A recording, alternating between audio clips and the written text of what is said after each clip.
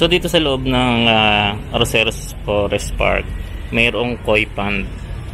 Ayan, medyo nagre-reflect lang kasi dun sa ano, kasi kinala sa kabila. Meron din dito.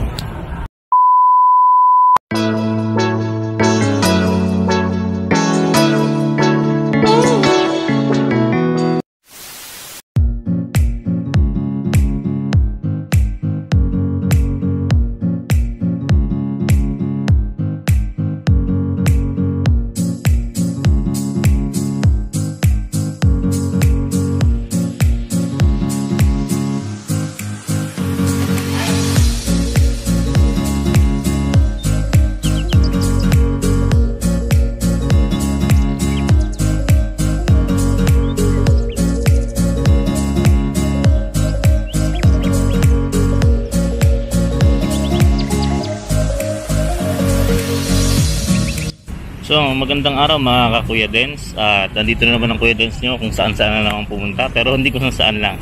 Matagal ko lang target na gustong puntahan to dito sa Maynila. Last time galing tayong Old Paco train station and the Paco Cemetery and park.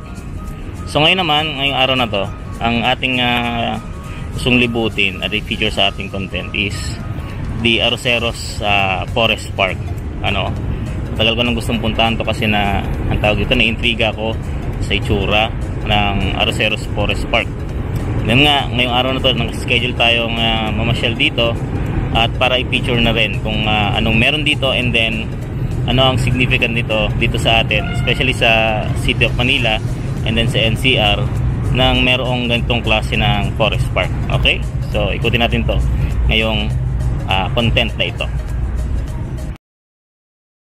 Ang Arroceros Forest Park ay itinayo noong 1993 at may sukat na 2.2 hectares na nasa tabi lamang ng Pasig River, Quezon Bridge at Metropolitan Theater.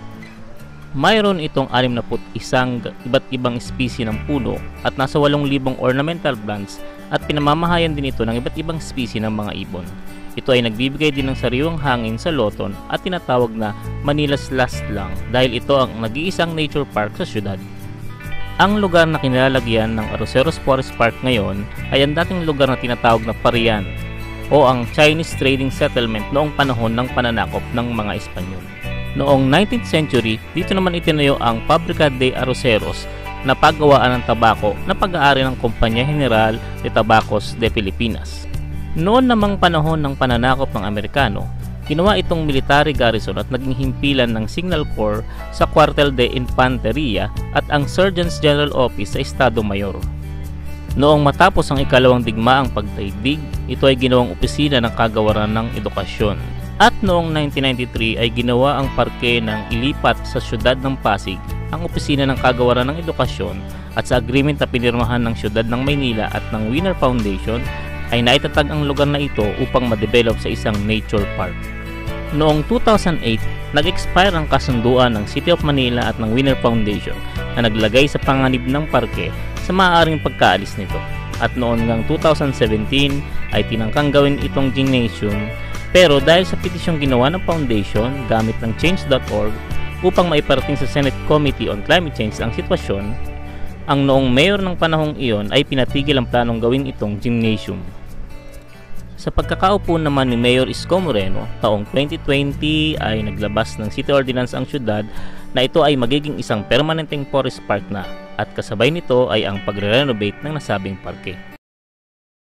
So tingnan nyo itong nasa harapan ko, yun yung pinaka-entrance ng Arroceros Forest Park, and then ito nga.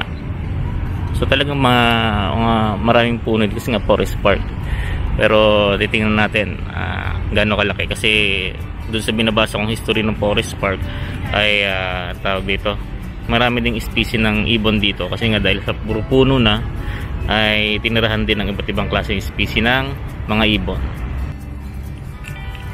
So dito makikita kayo ng mga bench kung saan pwede kang pahinga, yung pinagpahingan natin kanina, and then ito nga may mga pathwalk na medyo elevated, pwede mong lakaran pagka mamamasyal ka. Ayan. So ang maganda dito, kung gusto mo yung mga mga trip mo yung ganitong ano lang, tamang may gubat, mag-relax, pwede kang punta dito. Libre naman, no? So pagpasok ko sa entrance, maglalag ka lang kasi kinukuha ng guard yung mga bumibisita. And then tawag ito, pasok ka na. Ang bawal nga lang dito, bawal ang pagkain. Tapos bawal dito yung mga bottled waters. Kung may dala kang tubig, dapat nasa mga lagayan talaga ng tubig. So dun sa akin, naka-tumbler do. Hindi naman na pinagbawal ng guard. Ang pagbabawalan daw nila is yung mga nakabote, mga bottled water. Ayun. So pag pupunta kayo dito, huwag kayong magdala ng bottled water. Magdala kayo ng tubig sa tumbler. Okay? So nakikita ko may elevated pathwalk doon sa part na yun. Sige, pupuntahan natin yan. So ninanamnam ko lang.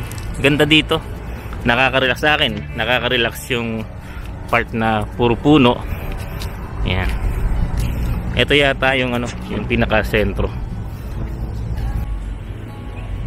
So dito sa loob ng Arroceros Forest Park, mayroong koi pond. Ayan. Medyo nagre-reflect lang kasi dun sa ano. Kasi kinada sa kabila. Meron din dito. Nakakatawid pala sila sa kabila.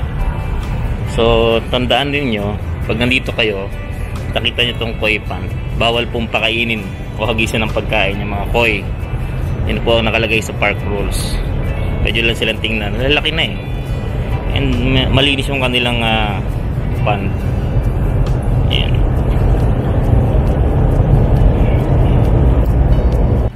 So ito daw yung mga species ng ibon na matatagpuan dito sa Arroceros.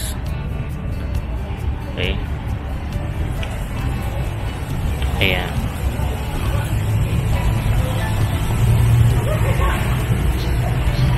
So parang ito yung pinaka-sentro ng Arroceros Forest Park. Ayan.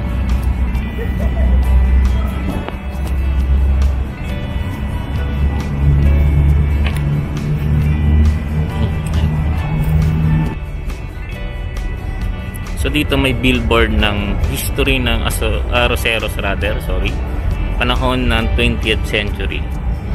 Siguro American period. At may mapa siya dito. Ayan.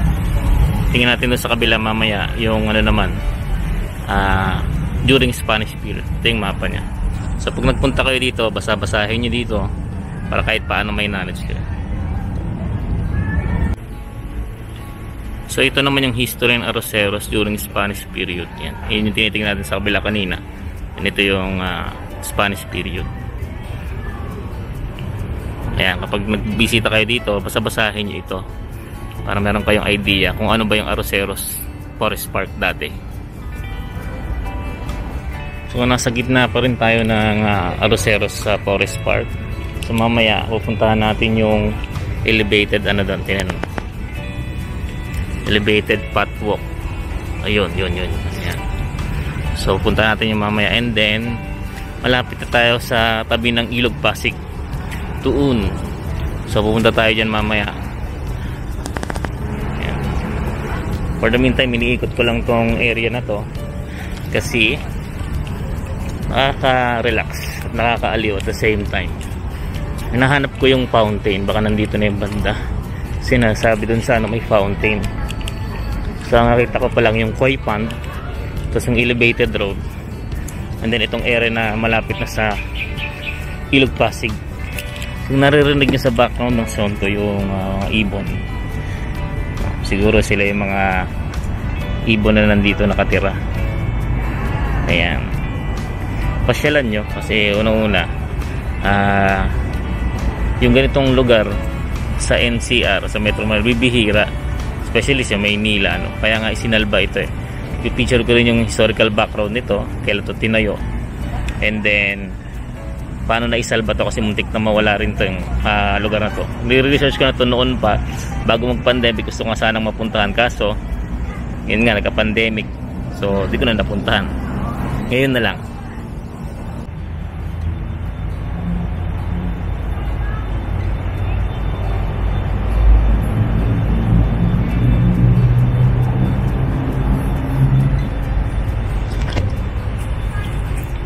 Inuwanan ko lang yung isang puno na tumawid na dito sa ano, pa ganyan yung tubo niya. And dito pa rin tayo sa Arroceros. After this, lipat tayo dun sa may malapit sa Ilog Pasig. Marami rin dito na mga kabataan na ginagawa ng tawag dito, photoshoot place. Nagpo-photoshoot sila dito, baka yung iba for their project, yung iba pang dibo naman nila. So dito sila pwede namang gamitin tong park for as long as magpapaalam ka sa admin in written, no? Yun yung napansin ko sa mga park dito sa Maynila. So kailangan magpaalam ka sa mga public parks nila, katulad ng Paco Cemetery, para magamit. O nga naman, kasi syempre informality na mapagpaalam mo yung lugar na magamit. Okay, tingnan nyo to.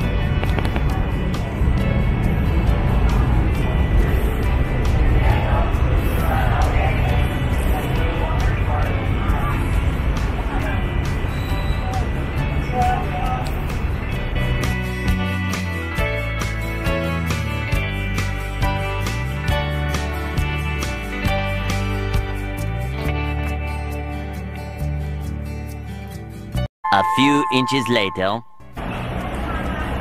So nandito na tayo sa part na kadikit na tayo ng Ilog Pasig. Yan, Pasig River yan. And then this is the Quezon Bridge according sa mapa ng park. Ayan.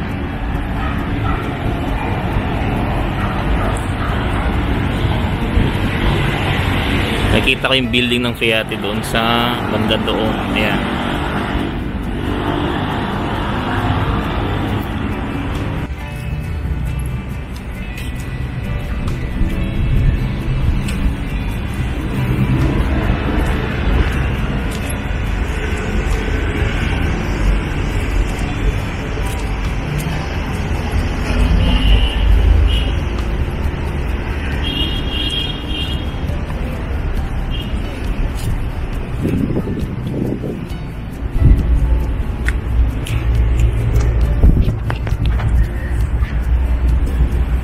So nandito tayo sa isang parang platform kung saan bandang likod na to ng Arroceros Park. Yun nga, kanina pinakita ko sa inyo yung Quezon Bridge. Ayun. Tapos ito yung Ilog Pasig. Ayan. Okay.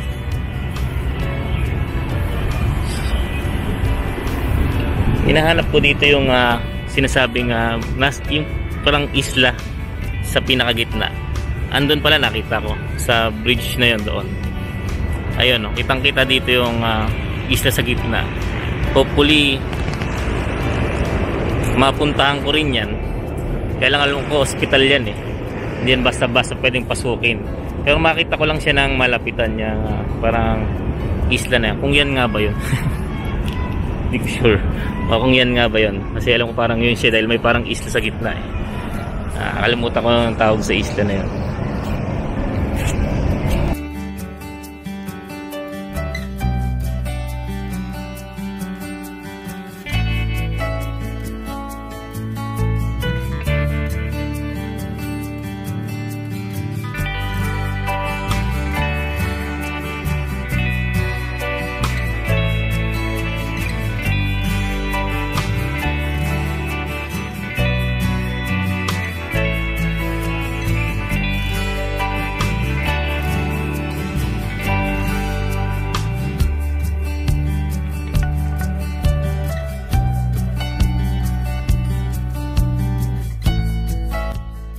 Yung forma ng ilaw na ginagamit nila dito is mukha siyang makaluma.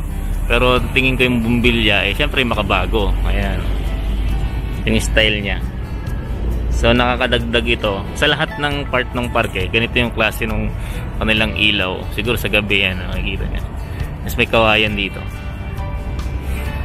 Nakakatuwa lang kasi na mga ganitong klase, nakakadagdag vibes na itong area na ito ay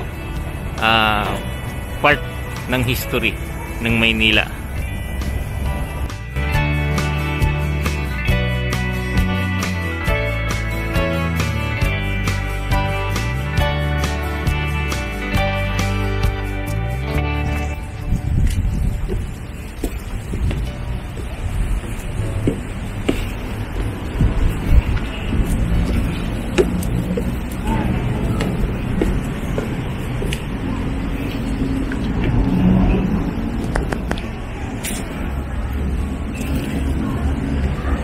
So nandito nga tayo sa yung elevated na pathwalk.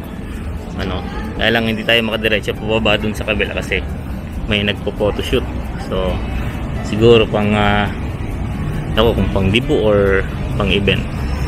So sige, wag na natin silang istorbohin.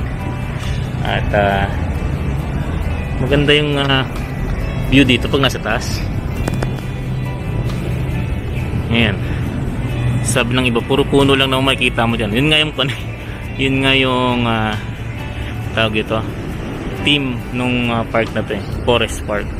So puro puno talaga. Sa mga mahilig sa ganitong lugar is makaka-relax dito. So ayun, nag-change sa venue na yung nagpo-photoshoot. Subukan natin dumaan dito. Yan. So ito yung elevated pathwalk. Ayan. Okay.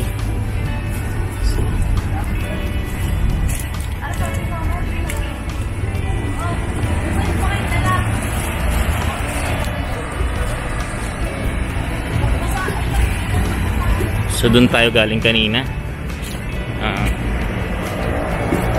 Yung platform kung saan katabi siya ng Ilog Pasig, tsaka tanaw din yung tinatawag na Quezon Bridge. Yeah, think sa likod ko. Yun yung pinanggalingan natin sa taas. Kita niyo. Ito. So nandito tayo sa pinaka-sentro mismo ng Arroceros Park. Yun, nakita ko na yung fountain. Pero ito muna tayo, no? Ayan. Kaya ko pang hinahanap yung fountain yan. Pero pupunta tayo dun. At ang sarap, alam nyo, isa sa mga bagay na masarap gawin dito ay magbasa ng libro kasi tahimik. Bawal din kasi dito yung mag-ingay ng malakas kasi nga may mga ibon na nakatira dito, baka maistorbo ang mga ibon. So tahimik at pwedeng maging ang tawag ito, lugar kung saan makakapag basa-basa ka, yung tipong hindi ka maiistorbo. Kung gusto mo magmuni-muni, kung malapit ka lang dito, gusto mo mag-isip-isip, pwede nga ata nga mag-painting dito si Bunso, calling the attention of Bunso, baka pwede ka mag-painting dito. Okay, medyo yeah. And of course, pwede rin maging place ng photoshoot.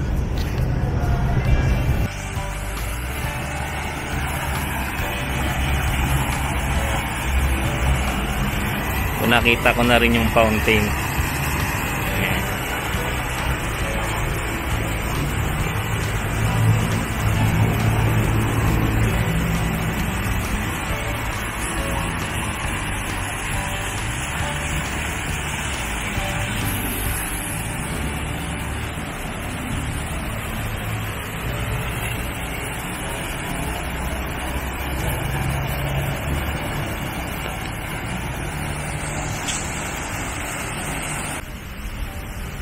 So meron dito sa loob ng park na parang malambot na mating yata ito.